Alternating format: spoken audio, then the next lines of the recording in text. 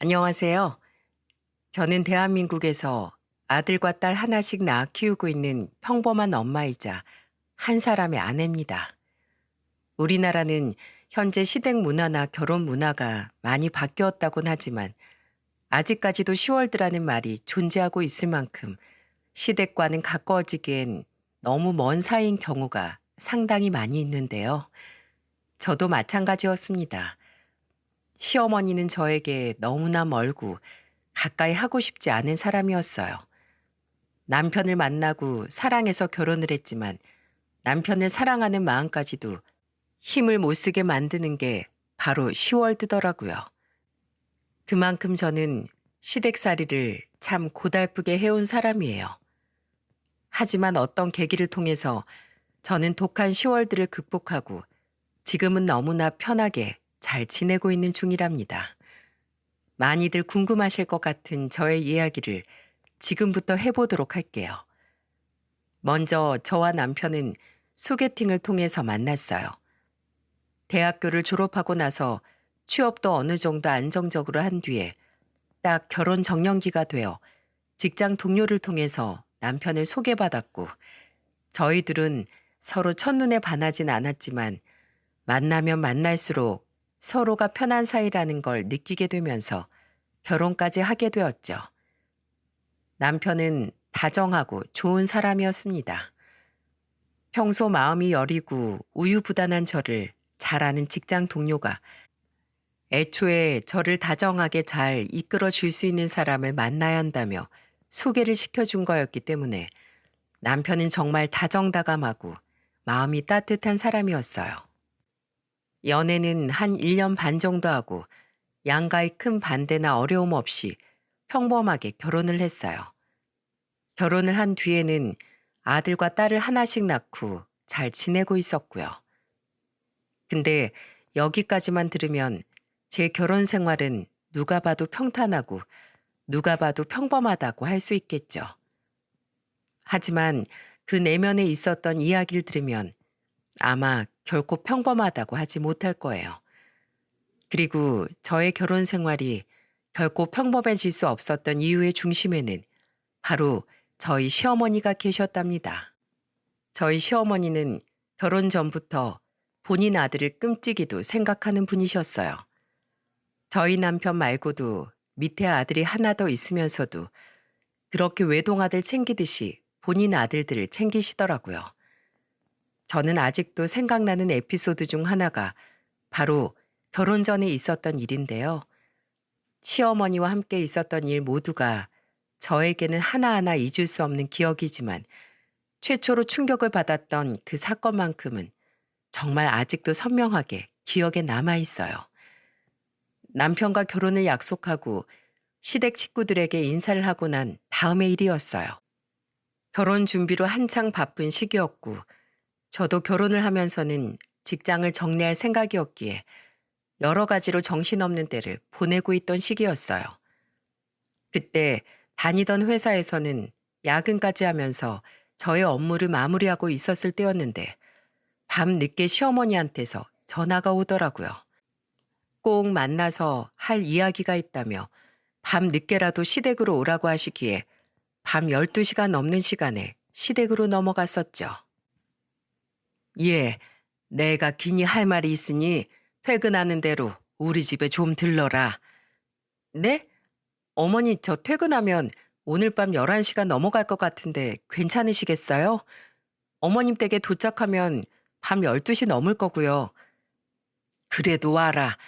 너네가 하도 시간이 없다 보니 결혼 전엔 얼굴을 볼 수가 없잖니. 그러니까 좀 무리해서라도 와. 그리고 그 시간 되면 니네 도련님이랑 시아버지는 잘 시간이니까 조용히 오고. 저는 얼마나 중요한 이야기길래 그 야심한 시간에까지 부르는지 의아했지만 꽤나 중요한 이야기를 하려는 뉘앙스길래 안 갈 수가 없었습니다. 당시에 남편은 독립을 한 상황이었고 남편도 바쁘게 야근까지 하던 때였기 때문에 같이 갈 수도 없어 저 혼자 넘어가야 하는 상황이었죠. 그리고 저는 그날 혼자 시댁에 가서 이 결혼을 해야 하는 건가 하는 생각이 들 정도로 황당한 일을 겪어야만 했어요. 시어머니는 제가 집으로 들어가자마자 물도 한 잔 안 주고는 바로 거실 테이블에 딱 앉히더라고요. 그러면서 하는 말이 아주 가관이었습니다. 예, 너네가 결혼도 앞두고 있고 내가 내 자식 처음 장가 보내는 거라 걱정이 이만저만이 아니다. 그래서 말인데 내가 몇 가지 네가 결혼하기 전에 미리 숙지하고서 내 아들에 대해 꼭 알아야 하는 것들에 대해 좀 적어봤다. 이거 읽어보고 완벽하게 숙지하고서 결혼해야 한다. 네? 제가 숙지해야 할 거라뇨? 저는 그 종이의 정체를 정확하게 알지 못한 채 의아한 상태로 무언가 빼곡하게 적혀 있는 글을 받고 그 글을 보는 내내 경악을 할 수밖에 없었습니다. 왜냐하면 그 안에는 정말 그 누구도 상상하지 못할 내용들이 적혀 있었거든요. 내용인 즉슨 이러했습니다. 남편이 좋아하는 음식부터 시작해서 이성을 볼 때 좋아하는 옷 스타일, 본인의 옷 스타일, 생활 루틴 등등 정말 남편의 일거수일투족이 다 적혀 있었어요. 저는 정말 보자마자 너무나 황당하고 당황스러워서 바로 시어머니에게 물어봤죠. 어머님, 이게 다 무슨 내용이에요? 이걸 다 숙지하라 말씀이신 거예요? 그래. 너 이제 결혼하면 엄연히 내 아들 마누라 아니니? 마누라라면 이 정도는 다 알고서 남편 내조할 줄 알아야 하는 거야.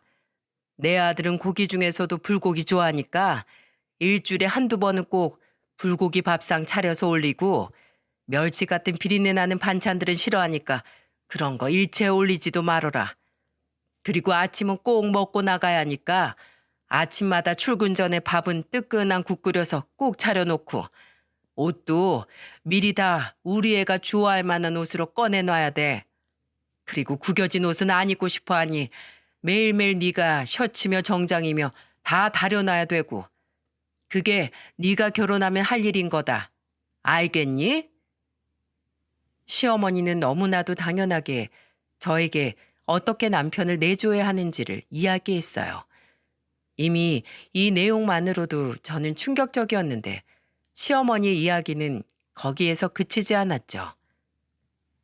그리고 우리 아들 아침잠이 많아서 네가 무조건 먼저 일찍 일어나서 깨워줘야 돼.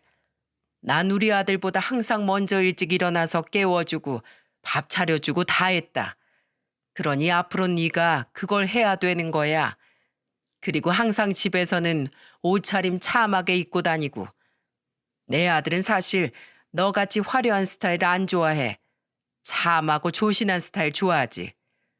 그러니까 옷도 좀 단정하게 예쁘게 입고 다니고 늘 생리현상은 화장실 가서 해결하고 남편 앞에서는 기침 소리도 조심해야 하는 거야. 그러니까 트름이니 방귀니 다 화장실 가서 조용히 처리해라. 넌 그저 왕처럼 남편을 떠받들고 살면 되는 거야. 남편이 퇴근하고 들어오기 전에는 늘 욕조에 물 받아 놓고 바로 씻을 수 있게 준비하고 말이야. 알겠니? 아유, 내가 아주 그냥 걱정이 이만저만이 아니다. 넌 내가 그 종이에 적어 놓은 대로만 하면 되니까 그저 그거 완벽하게 외워서 결혼 생활 하기만 하면 돼. 알겠니? 명심해라. 저는 기도 안 차서 그때는 대답도 제대로 나오지 않았어요. 이 시대에 지금 이런 상황이 가당키나 하는 건지 당최 이해가 안 되더라고요. 이건 뭐 내가 남편 시녀로 들어가는 것도 아닌데 해도 너무한 처사였습니다. 그래서 곧바로 시어머니에게 반박하면서 이야기를 했어요. 어머님, 상수 씨 지금 1년 전부터 집에서 나와서 독립하고 있는데 그 전까지 어머니 정말로 이 모든 걸 지금까지 다 하신 거예요? 아니, 도대체 독립은 어떻게 한 거래요? 그리고 그동안 상수 씨는 이걸 다 당연하다는 듯이 대접받으면서 살았고요. 당연하지. 이게 무슨 대접이야? 그냥 엄마로서 자식한테 사랑을 준 건데 독립했어도 내가 맨날 전화해서 깨워주고 다 했어. 집도 가까우니 아침마다 가서 밥 차려주고 옷 다 꺼내주고 했고. 아니 근데 듣자 하니까 너 말이 가시가 있다. 네, 어머니 사실 저는 이 내용을 받아들일 수 없을 것 같아요. 이건 해도 해도 너무해요. 저는 남편 아내로 결혼하는 거지 제가 남편 엄마로 들어가는 게 아니잖아요. 이건 엄마로선 할 수 있어도 아내로서는 도저히 못하겠어요. 죄송합니다. 뭐라고? 아니 너네 애가 왜 그렇게 되바라졌니? 요즘 애들은 다 그런다니? 나 때는 말이야. 남편이 죽으라면 죽는 신용까지 했어. 왜 이래? 아내가 남편한테 당연히 할 도리를 하라는 건데 그걸 못하겠다고 지금 나한테 바락바락 대드는 거냐? 어? 어머님, 대드는 게 아니라 이건 정말 해도 해도 너무한 것 같아서 말씀드리는 거예요. 제가 남편 아내로 들어가는 거지 시종 들려고 결혼하는 거 아니잖아요. 남편이 좋아하는 음식은 제가 알아서 참고해서 밥 차려주고 할게요. 이건 적어주셨으니 제가 참고할 테니 이 이상은 더 간섭 안 하셨으면 좋겠습니다. 시어머니는 제가 하는 이야기를 듣자마자 기가 차는지 뒷목을 잡고 쓰러지는 신용을 하시더라고요. 하지만 저는 그래도 초장에 잡아야지 이대로 결혼했다가는 시집살이를 제대로 당할 것 같아 호락호락하게 넘어가지 않았어요. 근데 시어머니 성질도 대단하더라고요. 시어머니는 거기에서 그치지 않았죠. 완전히 화가 머리끝까지 났는지 급기야는 언성까지 높여가면서 소리를 지르기 시작하셨습니다. 야, 네가 이딴 식으로 나오면 내가 우리 아들이랑 너 결혼 못 시키지. 어디서 감히 시엠이 될 사람한테 못하겠다느니 더 이상 간섭하지 말라느니 그딴 소리 짓거리는 거야? 어? 이 시애미가 하라는 대로 그냥 눈 감고 딱 하면 되는 거지. 어디서 말대답이야 말대답은. 나 이 결혼 반대야. 반대라고. 시어머니는 화가 나서 저한테 소리를 쳐댔고 저는 거기에서 너무나 기가 차서 더 이상 어떠한 말도 나오지 않더라고요. 이런 상태라면 저도 결혼을 안 하는 게 낫겠다는 생각이 들어서 지지 않고 시어머니에게 말을 건넸어요. 네, 어머니 죄송하지만 저도 이런 결혼은 안 하고 싶네요. 저도 저희 엄마한테 귀한 딸인데 남편은 결혼해서 그럼 저 얼마나 대접을 해줄 수 있을까요? 제가 하는 만큼 남편도 저 대접하고 여왕처럼 떠받들고 살면 저도 그렇게 할게요. 근데 결혼 전부터 남편 아침상을 차리고 참하게 살라느니 숨죽이고 살라느니 그런 말까지 들어가면서 저는 이 결혼 할 수 없을 것 같네요. 저까지 언성이 높아지자 시어머니는 더 할 말이 없는지 정말 말 그대로 뒷목을 잡고 그대로 넘어가려고 하더라고요. 그때 당시에 시부와 시댁에서 같이 살고 있던 도련님은 밤이 늦어 각자 방에 들어가 자고 있었기 때문에 거실에서 시어머니와 저에게 있는 일들을 하나도 알지 못한 채로 그저 소란스러운 소리만 듣고는 당황하며 거실로 뛰어나왔어요. 아니, 이게 무슨 소란이야 그래? 무슨 일이야 대체 이 오밤중에? 아가, 너 언제 왔었니? 이 밤에 둘이 무슨 일이 있었길래 소리까지 쳐가면서 싸우길? 어? 무슨 일이야 도대체? 시아버지는 화가 난 상태로 밖으로 나왔고 거기에 도련님까지 잠에서 깨어서 비몽사몽한 상태로 밖으로 나와 상황을 파악하기 시작했어요. 시어머니는 시아버지가 나오자마자 급기야는 우는 신용을 했고 시아버지 눈에는 당연히 제가 잘못한 것으로 보일 수밖에 없는 상황이었죠. 저는 어처구니가 없는 상황에서 저의 억울함을 풀기 위해 말했어요. 여보, 아휴, 나 이대로 우리 아들 결혼 못 시켜요. 내가 어떻게 키운 아들인데 이 되바라진 애가 지금 글쎄 내가 조금 불러서 결혼 생활 잘하라고 당부 좀 했더니 나한테 시애미질 하지 말라고 바락바락 대드는 거 있죠? 나 이대로 우리 아들 못 보내. 아이고 내 팔자야. 황당하기 그지없는 상황에서 시아버지와 도련님의 눈빛이 달라졌고 저는 거기에서 저의 억울함을 풀어내기 위해 이야기했습니다. 아버님, 오해예요. 이거 보세요. 어머님이 저한테 써서 보여주신 거예요. 상수 씨가 좋아하는 음식, 싫어하는 음식, 좋아하는 여성 성격, 옷 스타일, 아침마다 모닝콜 해줘야 하는 시간, 이것저것 전부 다 적어서 결혼 내내 이대로 지키면서 살라고 말씀하셨어요. 저보고 숨죽이고 남편만 떠받들고 살라고 하시는데 제가 어떻게 가만히 있겠어요. 저도 저희 부모님한테는 누구보다도 귀한 딸이에요. 결혼 생활이 서로가 같이 대접하고 같이 위해주는 게 결혼 아닌가요? 근데 어머님은 저보고 남편이 죽으라면 죽는 신용까지 하면서 살라고 하셨다고요. 죄송하지만요. 저는 이런 결혼이라면 안 하고 싶습니다. 못해요. A4 용지로 석 장 이상이나 되는 내용들을 시아버지에게 보여드리면서 이야기를 하니 그제서야 시아버지도 오해가 풀리셨는지 저를 보는 눈빛이 사그라들었어요. 그러고는 바로 시어머니의 잘못인 걸 알고는 시어머니께 화를 내주시더라고요. 당신, 내가 분명히 말했지. 애들 결혼 생활에 간섭 말라고. 요즘 세상에 누가 남편한테 쥐잡듯이 붙들려 산다고 며느리 건드려. 당신은 결혼 생활 내내 나한테 죽는 신용 하면서 살았어? 내가 누누이 말했지. 자식 새끼 결혼하면 이제 우리 소유 아니라고. 애들 감싸고 도는 것도 정도껏 해야 할 거 아니야? 그리고 애들도 싫어하는 그 시종 노릇 제발 그만하라고 내가 몇 번을 얘기를 해. 오죽하면 첫째가 그게 싫어서 독립을 했겠냐고. 그런데도 또 그 집까지 찾아서 그 짓거리 하는 걸 못하게 막아놨더니 이제 며느리 될 애를 불러서 이 사단을 부려? 제발 정신 차려 이 여편네야. 시아버지는 시어머니에게 화를 내면서 제가 들고 있던 종이를 뺏어가시더니 그대로 찢어버리셨어요. 그리고는 말씀하셨죠. 아가, 이건 잊어라. 네 시애미가 지나쳤다. 이건 네 시애미가 분명 잘못한 게 맞아. 시아버지는 그 자리에서 제 편을 들어주셨고 저는 거기에 너무나도 고맙고 감사했어요.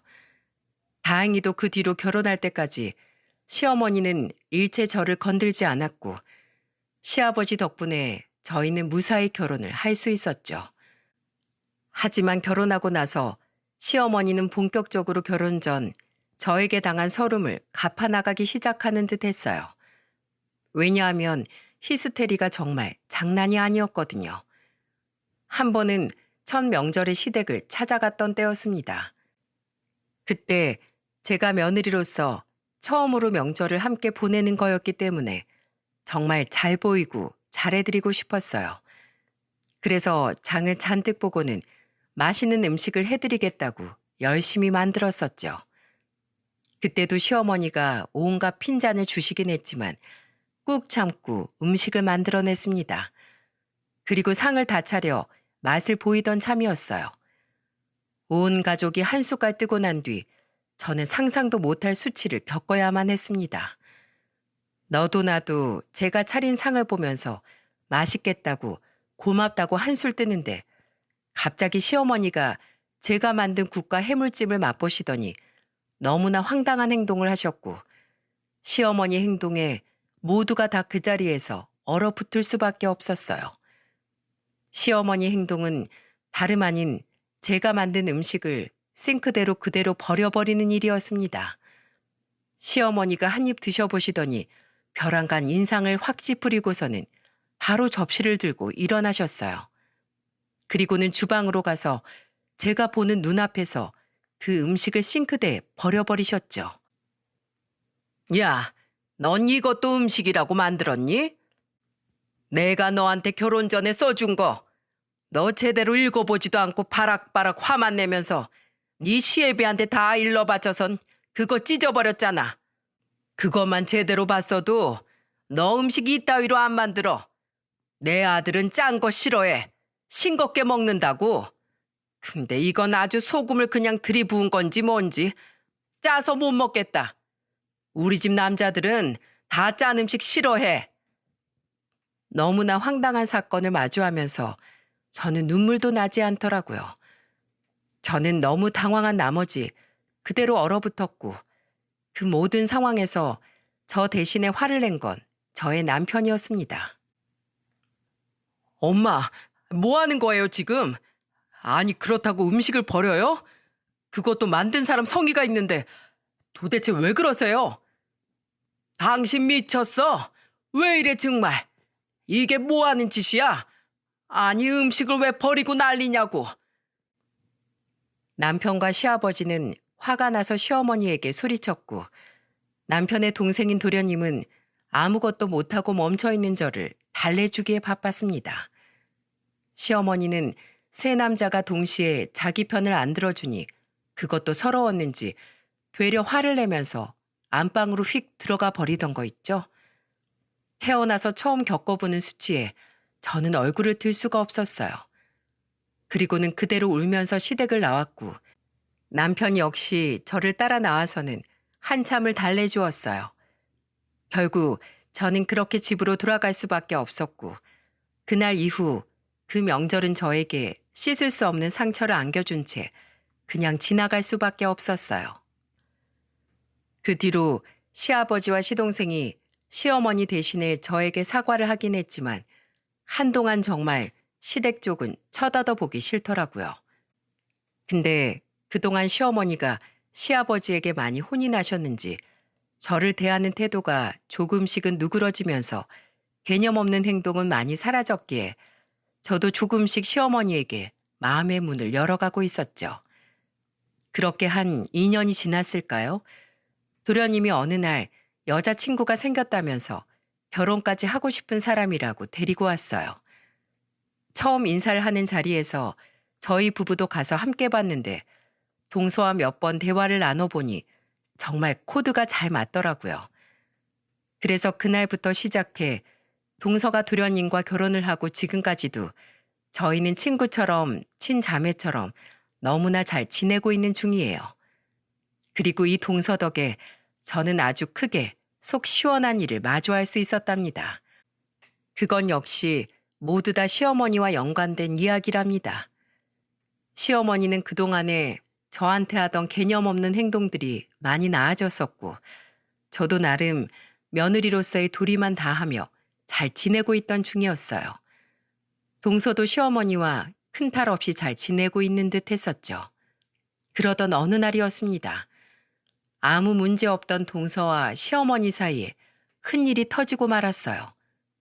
그건 바로 이번에도 미련을 못 버린 시어머니가 결혼을 한 이후에 동서에게 저한테 했던 행동을 그대로 해버리셨거든요.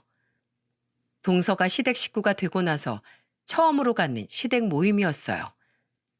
그때 시어머니는 모두가 다 거실에 앉아 후식을 먹고 있던 때 동서에게 무언가를 건네셨고 저는 그걸 보자마자 경악할 수밖에 없었습니다.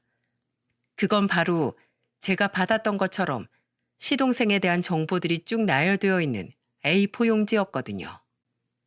그리고는 저한테 했던 말 그대로 동서에게 하셨죠. 저는 진짜 시어머니가 징하다는 생각을 하면서 우선 동서의 반응을 지켜보고 있었고 시아버지와 서방님은 그걸 보자마자 득달같이 화를 내려고 하셨어요. 근데 그 모든 걸 제지한 것이 바로 동서였습니다. 동서는 아주 현명하고 지혜로운 사람이었는데 그게 딱 이런 때 발휘가 되더군요. 동서는 그 용지를 보면서 일절 당황하질 않았어요. 저와는 너무나도 상반된 반응이었죠. 그리고는 시어머니에게 이렇게 말을 했어요. 어머님, 참고할게요. 우리 남편에 대해 몰랐던 것들이 여기 다 적혀 있네요. 아주 유용하게 쓸 수 있을 것 같아요. 감사합니다. 시어머니에게 이렇게 이야기를 하는 동서를 보면서 저는 경이롭기까지 했어요. 게다가 저랑은 정반대의 반응이 나오니 시아버지와 서방님도 상당히 당황하는 눈치였고 시어머니는 너무너무 좋아하며 말씀하셨죠. 역시 네가 뭘 좀 아는구나. 그래, 이게 정상이지. 하여간에 내가 첫째 며느린 잘못 봐도 한참 잘못 봤다니까. 아휴, 둘째야, 네 덕에 내가 산다 살아. 앞으로 우리 아들한테 잘해라. 저는 내심 너무나 약올랐지만 그 자리에서 뭐라 반박할 수는 없었어요. 하지만 얼마 지나지 않아 제가 반박할 필요도 없이 시어머니는 동서에게 뒤통수를 된통 맞아야만 했어요. 그 사건이 지나고 나서 얼마 뒤 또 한 번 시어머니 생신 때문에 가족 모임을 하게 될 일이 있었는데 여느 때와 같이 식사를 하고 다 같이 모여 후식을 먹고 있던 중이었죠. 근데 벼랑간 동서가 시어머니에게 드릴 말씀이 있다며 딱 각을 잡더라고요.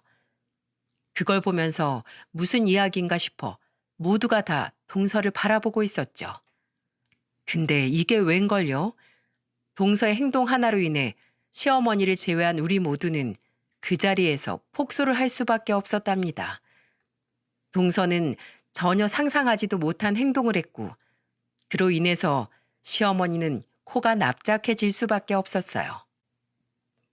어머님, 여기요. 저번에 저한테 저희 남편에 대해 너무 잘 적어주셔서 이번엔 저도 한번 적어봤어요. 그날 어머님이 저한테 써주신 게 어찌나 유용하던지 지금도 남편이랑 잘 맞춰서 지내고 있다니까요.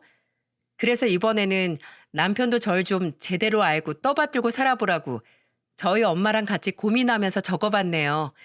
어머님도 참고하세요. 동서는 이렇게 이야기를 하며 시어머니가 본인에게 적어준 것보다 2배는 더 적은 용지를 건넸죠. 그 종이를 받은 시어머니는 얼굴이 울그락불그락해지면서 어쩔 줄을 몰라 했고요. 그걸 본 저희 가족은 아무런 말도 못하고 웃었고 그 자리에서 시아버지가 나서서 한마디 해주시더라고요. 아이고, 우리 마누라 한방 제대로 맞았네. 그래, 이게 맞지. 당신 자업자득이야. 억울해 말어. 시아버지는 시어머니를 놀리는 투로 이야기를 하셨어요. 현명하고 지혜롭게 대처한 동서를 보면서 저는 속으로 내심 존경심까지 생기던 거 있죠. 그 이후로 시어머니는 동서에게 꼼짝없이 그 종이를 받을 수밖에 없었고 본인 아들들에 대해 저희에게 일체 이래라 저래라 하지 않으셨어요. 그렇게 평화가 유지되는 듯 했습니다. 하지만 저와 남편에게 한 가지 어려움이 닥치게 되었어요. 저희는 결혼하고 나서 저는 가정주부로 있었고 남편은 결혼 전부터 다니던 중견기업에 잘 다니고 있었는데 어느 날 회사가 어려워지기 시작하면서 남편은 끝내 권고사직으로 직장을 잃을 수밖에 없었습니다. 그나마 받은 퇴직금이 있어 그걸로 남편은 장사라도 해보겠다며 술집을 하나 차렸지만 그마저도 마스크 시국에 걸리는 바람에 쫄딱 망하고 말았죠. 덕분에 저희는 빚만 잔뜩 떠안게 되었고 우리 가족은 너무나도 큰 경제적인 어려움에 닥칠 수밖에 없었어요. 고맙게도 시아버지와 서방님네가 도와줘서 어느 정도 빚은 갚을 수 있었지만 생계를 위해서는 남편과 저 둘 다 일을 할 수밖에 없었어요. 남편은 취업도 어려운 상황이었고 다시 가게를 꾸릴 수 있는 여건도 안 되었기에 막노동 현장에 나가 일용직으로 일을 했고 저는 제조 공장에서 일을 하며 돈을 벌었어요. 아이들은 친정집이 가까운 데 있어 친정엄마에게 맡기면서 우리 가족을 살려보겠다며 열심히 노력을 했었죠. 근데 그때도 우리 시어머니는 저를 너무너무 힘들게 하더라고요. 그건 다름 아닌 남편 때문이었습니다. 물론 우리 남편은 아무런 잘못이 없죠. 잘못이 있다면 평생 안 해봤던 일용직 일로 인해 90kg 가까이 나갈 만큼 건장했던 사람이 살이 쏙 빠져 70kg도 안 되는 수준이 되어버린 거라고 할 수 있을까요? 남편은 막노동 일을 하면서 체력적으로 너무나 힘들어했고 일이 너무 힘든 나머지 살이 20kg 가까이 빠졌었어요. 그걸 보면서 저희 시어머니는 안타까워서 어쩔 줄을 몰라 했고 그 모든 것이 다 제 탓이라는 듯 저를 또 막대하기 시작했습니다. 하지만 막대하는 것으로 끝난 게 아니었어요. 저희 시어머니는 당시에 시아버지가 처음으로 명품백을 생일 선물로 해주셨는데 거기에 늦바람이 들어서는 명품백을 한참 사들이던 때였죠. 게다가 시어머니 친구들 모임이 있었는데 거기에 나가 매번 명품백 자랑을 했고 급기야는 더 있는 척을 하기 위해 시아버지 몰래 대출까지 받아가면서 명품백을 사셨었어요. 이걸 알게 된 계기는 시어머니가 저한테 몰래 와서 대출금 좀 갚아달라고 이야기를 하시는 바람에 알게 되었죠. 근데 그 당시 마스크 시국 때 이미 식당이 망해 저와 남편 둘 다 여유가 없는 상황이었기에 저는 거절을 했고 그로 인해서 시어머니는 저에게 단단히 삐져서 저를 더 미워하던 때였습니다. 그런데다 본인 아들이 살까지 빠져가며 고생하는 게 보이니까 그 모든 원망이 저한테로 쏟아지게 되었고 시어머니는 제 얼굴을 볼 때마다 으르렁거렸었어요. 그러던 중에 결정적인 사건이 터져버렸고 그날은 또 저를 갈궈대는 시어머니를 보면서 더는 참을 수 없어 화를 낸 날이었습니다. 명절 가족 모임에서 술에 거나하게 취해버린 시어머니는 또 저를 보면서 온갖 트집을 잡으면서 절 힘들게 했죠. 야, 너 우리 아들 돌렸네. 얘가 얼마나 건강하고 얼마나 예뻤는데, 어? 너 때문에 여자 하나가 집안에 잘못 들어와서는 애꼴이 지금 이게 뭐냔 말이야. 공사판에 나가도 네가 나가야지. 왜 내 아들이 나가? 너 때문에 내 아들 몰골 좀 봐. 저게 지금 사람 몰골이니? 어? 하여간에 아주 밉다 하니까 미운 짓만 골라 한다니까. 야, 이제부터 네가 굴러. 밖에서 네가 다 굴러 먹으란 말이야. 공사판에 나가든 택배를 하든 배달을 하든 네가 해, 네가. 우리 아들 시키지 말고. 여러분은 이런 말 듣고도 혹시 가만히 계실 수 있나요? 저는 힘들더라고요. 그래서 가만히 듣고 있을 수 없어 또 대들고 말았습니다. 어머님, 어디 어머님 아들만 밖에서 고생하는 줄 아세요? 저도 고생해요. 저도 공장 나가면서 뼈 빠지게 일한다고요. 하루 왼종일 자리에 서서 공장 일 힘들게 하고 있어요, 저도. 정말 어머님은 해도 해도 너무하시네요. 저도 어머님이 정말 좋아질래야 좋아질 수가 없어요. 그리고 어머님은 아들이 이렇게 힘들게 일하는 거 뻔히 알면서 저한테 뭐라고 하셨어요? 명품백 사려고 대출받은 돈 있는데 그거 갚아달라고 하셨죠? 그게 저희한테 할 수 있는 말씀이세요? 네? 아들은 막노동판에서 일하고 있고 며느린 공장에서 일하고 손주 손녀들은 사돈집에 맡겨져서는 하루하루 힘들게 버티고 있는데 거기다 대고 명품백 때문에 얻은 빚 갚아달라고 하셨죠? 그거 제가 어렵겠다고 하니까 그때부터 지금까지 저한테 어떻게 대하고 계세요? 정말 해도 해도 너무하시네요. 제가 이 말을 하자 시어머니는 독이 있는 대로 올라서는 급기야 제 머리채를 잡고 흔들어대기 시작했어요. 잔뜩 흥분한 시어머니로 인해 저는 속수무책으로 끌려가고 있는데 이 모든 사실을 알게 된 시아버지는 화가 잔뜩 나서는 제 머리를 뜯고 있는 시어머니를 단번에 제 앞에서 마구 호통을 치셨어요.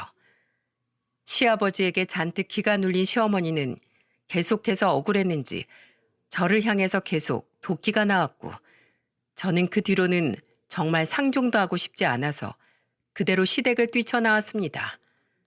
남편 역시 제 편이었기에 딱 한마디 던져놓고 나오더라고요. 엄마, 정말 그러시는 거 아니에요. 2번 다신 저 찾지 마세요. 다신 안 옵니다, 여기. 그 뒤로 남편과 저희는 정말로 시댁에 찾아가지 않았어요. 저는 동서하고만 연락을 주고받으면서 시댁 상황을 전달드릴 뿐이었죠. 그렇게 거의 반년이 지났을까요? 시어머니는 그 사이에 시아버지에게 머리도 깎이고 외출 금지까지 당할 만큼 호되게 혼이 나셨어요. 그리고는 명품백 한 번만 더 사다가는 바로 이혼이라는 경고까지 받으면서 시어머니의 사치력이 막히는 듯 했죠. 그 뒤로는 좀 조용히 사나 싶었는데 역시나 여전히 정신 못 차린 시어머니는 이번엔 동서에게 시켜서 명품백을 사달라고 졸라댄 듯 하더라고요. 그걸 전해 듣고는 전 정말 기가 차서 혼이 났는데 어느 날 동서가 저한테 이야기를 해왔죠. 형님, 이번 명절 땐 꼭 오세요. 형님이 꼭 오셔야 해요. 그동안 시어머니께 받은 수모 있으시잖아요. 그거 제가 한 방에 갚아드릴게요. 그러니까 꼭 오셔야 해요. 꼭이요. 아셨죠? 신신당부하며 저에게 꼭 명절 때 오라고 하기에 전 동서를 봐서 2년 만에 시댁을 찾아갔습니다. 그동안 시아버지께는 종종 안부 인사를 전했던 터라 괜찮았지만 오랜만에 보는 시어머니는 너무나 어색했어요. 하지만 여전히 저희 둘 사이에는 앙금이 남아 있었기에 그 어색함을 풀고 싶은 마음이 눈꼽만치도 없었죠. 그리고 여전히 저를 미워하는 시어머니를 보면서 괜히 왔다라고 생각을 했었는데 그날 저는 동서로 인해서 제대로 시어머니에게 참 교육을 시켜드릴 수 있었답니다. 동서는 모두 식사를 마친 이후에 또 가족들을 한자리에 모았고 거기에서 충격적인 사실을 이야기하기 시작했어요. 어머님, 전에 저한테 말씀하셨던 거 있잖아요. 그거 해결될 것 같네요. 어? 뭐? 왜요? 어머님이 며칠 전에 저한테 전화해서 말씀하신 거 있잖아요. 얘가 뭐라니 참. 아니 내가 언제 너한테 전화를 했다고 그래? 네? 어머님 왜 이제 와서 발뺌하세요? 저한테 며칠 전에 전화하셔서는 백화점에 신상백 나온 거 있는데 그거 아버님 몰래 사다 달라고 하셨잖아요. 그것도 제 돈으로요.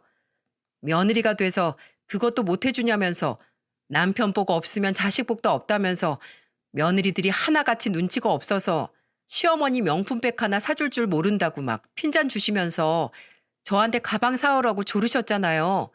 기억 안 나세요? 이상하네. 저는 녹취록도 다 있는데 들려드려요? 그럼 기억이 좀 나시겠어요? 동서는 당당하게 이야기를 했고 시어머니는 심하게 당황했는지 그제서야 시아버지 눈치를 보기 시작했어요. 그리고 그 모든 이야기를 들은 시아버지는 역시나 화가 잔뜩 나셨죠. 이놈의 여편네가 아직도 정신을 못 차렸어? 어? 머리카락을 잘려보고도 아직도 그러고 다닌단 말이야? 아이고, 이 여자야. 오늘 너 죽고 나 죽어보자 어디. 둘째야, 당장 안방 들어가서 네 애미 가방 싹 다 가지고 와라.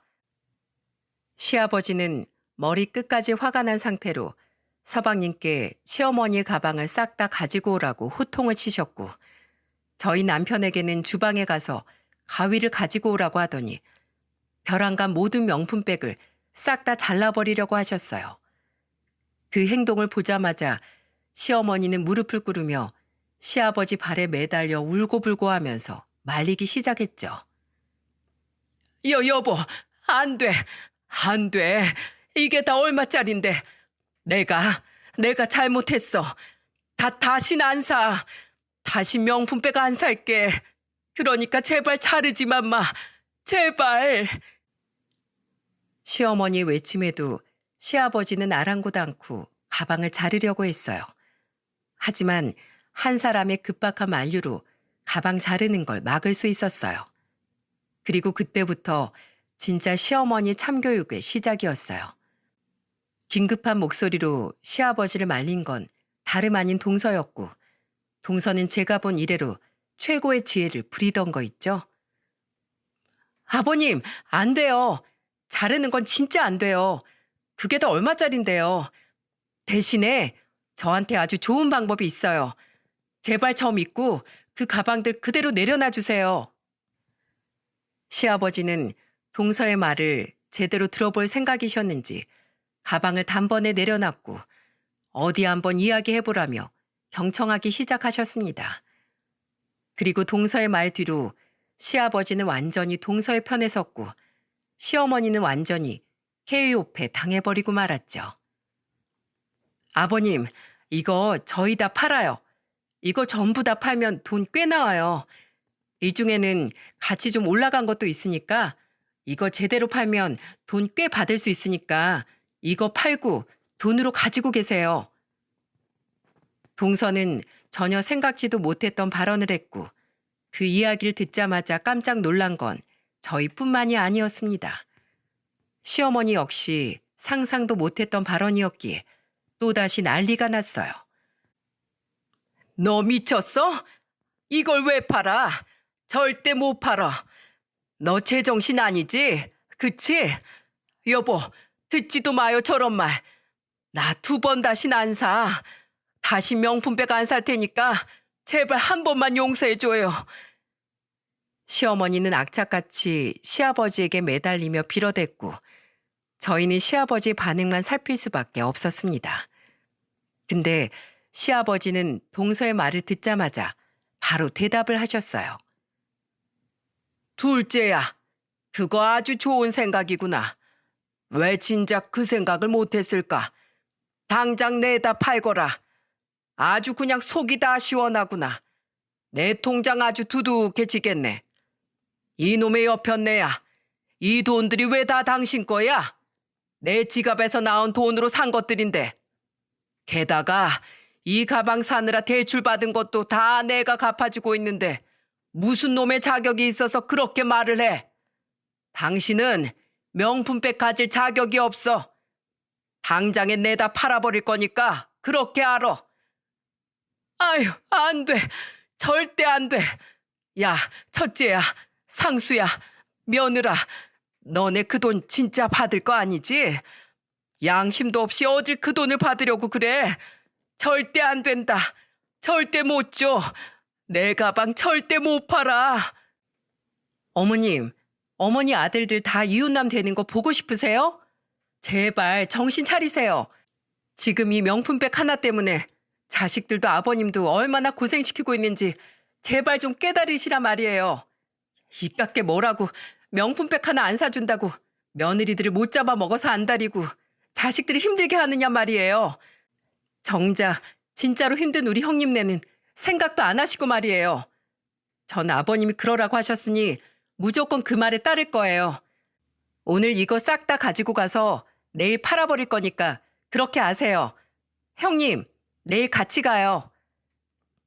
동서는 새침대기처럼 저에게 이야기를 했고 시어머니는 그 자리에 들어 눕기까지 하면서 때를 피우셨어요. 하지만 저희는 아랑곳하지 않고 가방들을 싹 다 가지고 왔고 다음 날 바로 팔아버렸습니다. 역시나 꽤나 돈이 나온 그 금액은 4천만 원이 가까운 돈이었어요. 시어머니는 대출까지 받아가면서 명품백을 사셨기 때문에 개수가 꽤 되는 명품백을 다 팔고 나니 정말 큰 돈이 만들어지던 거 있죠.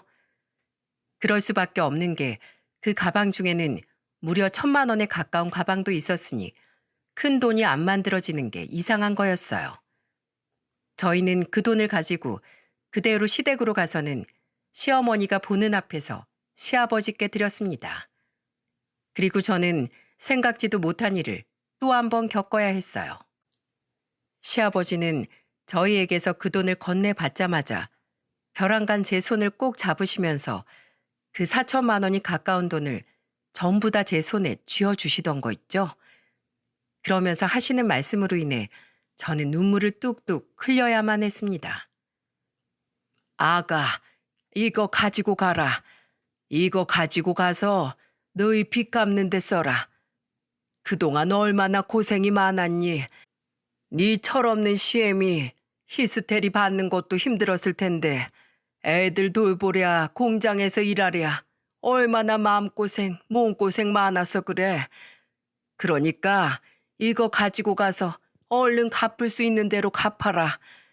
내가 진작에 이 방법을 알았으면 바로 되팔아서 너희들 줬을 텐데 지금이라도 줄 수 있어서 다행이구나. 정말 다행이야. 아버님, 정말 감사합니다. 정말 감사해요. 이걸 저희가 받아도 되는 건지 모르겠어요.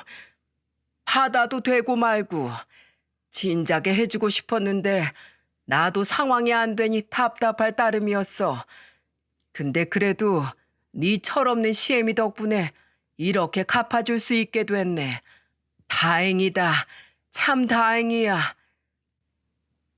옆에서 시어머니는 가방을 뺏긴 것도 모자라 돈까지 넘어가니 또 한 번 뒤집히려 했지만 시아버지에게 저희가 오기 전까지 호되게 혼이 났었는지 별다른 소리도 하지 못하고 가만히 계셨어요. 그리고 시아버지는 거기에서 끝나지 않고 끝까지 제 편이 되어주셨습니다. 시아버지는 저와 대화를 끝내시고 나서는 시어머니에게 이렇게 이야기를 하셨어요. 당신, 당장 며느리들한테 미안하다고 사과해. 철이 없어도 어느 정도 없어야지. 어른이 돼가지고 말이야. 고생한다고 우리 예쁜 며느리들이라고 가방을 사주지 못할 망정 구걸을 해? 당장 사과해, 당장. 그리고 다시 한 번 더 이런 일 가지고 문제 일으키면 그땐 정말 이혼이야. 알았어? 빨리 사과해. 시어머니는 시아버지에게 이야기를 듣자마자 저희에게 울며 겨자 먹기로 사과를 하셨죠. 알았어요. 사과하면 될 거 아니에요. 진짜 내가 서러워서 미안하다. 내가 철이 없었다. 다시는 안 그러마. 시어머니는 이 말을 마치자마자 획 돌아서서는 안방으로 들어가 버리셨고 저희는 그대로 시댁에서 나왔습니다. 그 뒤로 시어머니는 다시는 명품백의 명자도 꺼낼 수 없었고 시아버지에게 제대로 잡혀서는 꼼짝없이 집에 갇혀서 지내고 있는 중이세요. 저와 남편은 시아버님이 주신 그 돈으로 저희를 올감했던 빚을 갚을 수 있었고 남편도 그 뒤로 일이 잘 풀려 다시 심기일전으로 식당을 하나 차려서 바쁘게 운영해 나가고 있는 중이랍니다. 저도 마트 일을 그만두고 남편과 함께 가게 일을 하면서 점차 안정을 찾아가고 있어요. 동선에는 늘상 지내던 대로 저와도 잘 지내고 있고 행복한 결혼 생활을 하고 있는 중이고요. 시어머니는 그날 이후로 조금씩 정신을 차리셨는지 히스테리가 많이 사라지고 이빨 빠진 호랑이가 되어서는 너무너무 부드러워지셨어요. 그 덕에 얼마나 시월드 생활이 편해졌는지 모른답니다. 한편으로는 시어머니가 안쓰럽기도 해서 얼마 전에 아주 작은 미니 명품백 시아버님께 허락받고는 동서랑 같이 하나 사드렸네요. 그날 이후로는 좀 기가 사셨는지 저희만 보면 웃음꽃이 피어오르고 난리도 아니에요. 참 우여곡절 많았지만 풀리지 않을 것 같았던 고부 갈등이 해결되었고 끝나지 않을 것 같았던 우리 가정의 어려움도 해결이 되어 요즘은 정말 살만 난답니다. 비 온 뒤에 땅이 굳는다고 하죠. 참 홍수도 나고 벼락도 치면서 힘든 시간들을 보냈지만 지금은 그 힘든 과정 뒤에 오히려 더 단단해지고 끈끈해진 가족애가 생기게 되어 나름 필요한 순간들이었다라는 생각이 들기도 하네요. 여러분도 지금 가족 혹은 지인과의 갈등의 순간에 계시다면 빨리 해결되어서 오히려 더 단단해진 관계로 발전되었으면 좋겠네요. 앞으로도 저희 시어머니와 시아버지 그리고 저희 부부와 동선의 부부가 행복하게 지낼 수 있도록 따뜻한 응원 부탁드립니다. 긴 사연 들어주셔서 감사합니다.